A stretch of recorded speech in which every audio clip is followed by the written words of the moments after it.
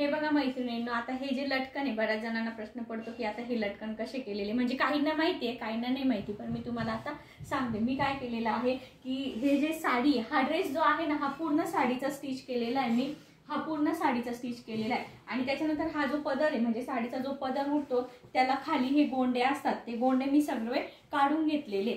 मग हे गोंड्याचा सुद्धा आपल्याला यूज करायचा आहे। मग नंतर मी काय केलं, हे आपले रेग्युलर जे त्रिकोणी लटकन असतात ते तयार करून घेतलेले काठाचे। मग नंतर हे उलटे करून घ्यायचे, उलटे करून घेतले की इथे दोऱ्याने स्टिच करून घ्यायचं।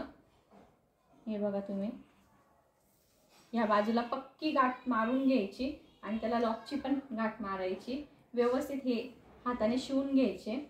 हे अशा हाताने शिवून घेतले की मग एकदम इझी आहे करायला। हे कट करून घ्यायचं आणि हे आपलं रेग्युलर लटकन उलटं करून घ्यायचं। हे बघा अशा पद्धतीने तुमचे लटकन रेडी होतात।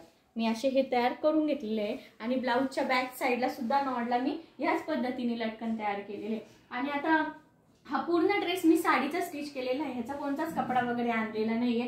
आणि बऱ्याच जणांना प्रश्न पडला असेल की हा जो शेला आहे हा मी कसा तयार केलेला आहे। तर मग आता काय, ह्या मुलीची म्हणजे ही जी आहे कस्टमर, यांची थोडीशी हाईट कमी असल्यामुळे जो नेसचा भाग आहे, इथून जो वरचा काठ उरलेला आहे ना, तो मी काढून घेतलेला आहे आणि त्याचाच एक सिंगल शेला तयार केलेला आहे। हे बघा तुम्ही बघू शकता। आता इकडच्या बाजूला मला अजून फिनिशिंग बाकी द्यायची, हा फक्त एक सिंगल शेला मी तयार केलेला आहे। तुम्ही नुसता असा जरी वरतून टाकला तरी तो खूप छान पद्धतीने दिसतो, म्हणजे वरच्या काठाचा सुद्धा मी ह्या ड्रेसमध्ये पूर्णपणे यूज केलेला आहे।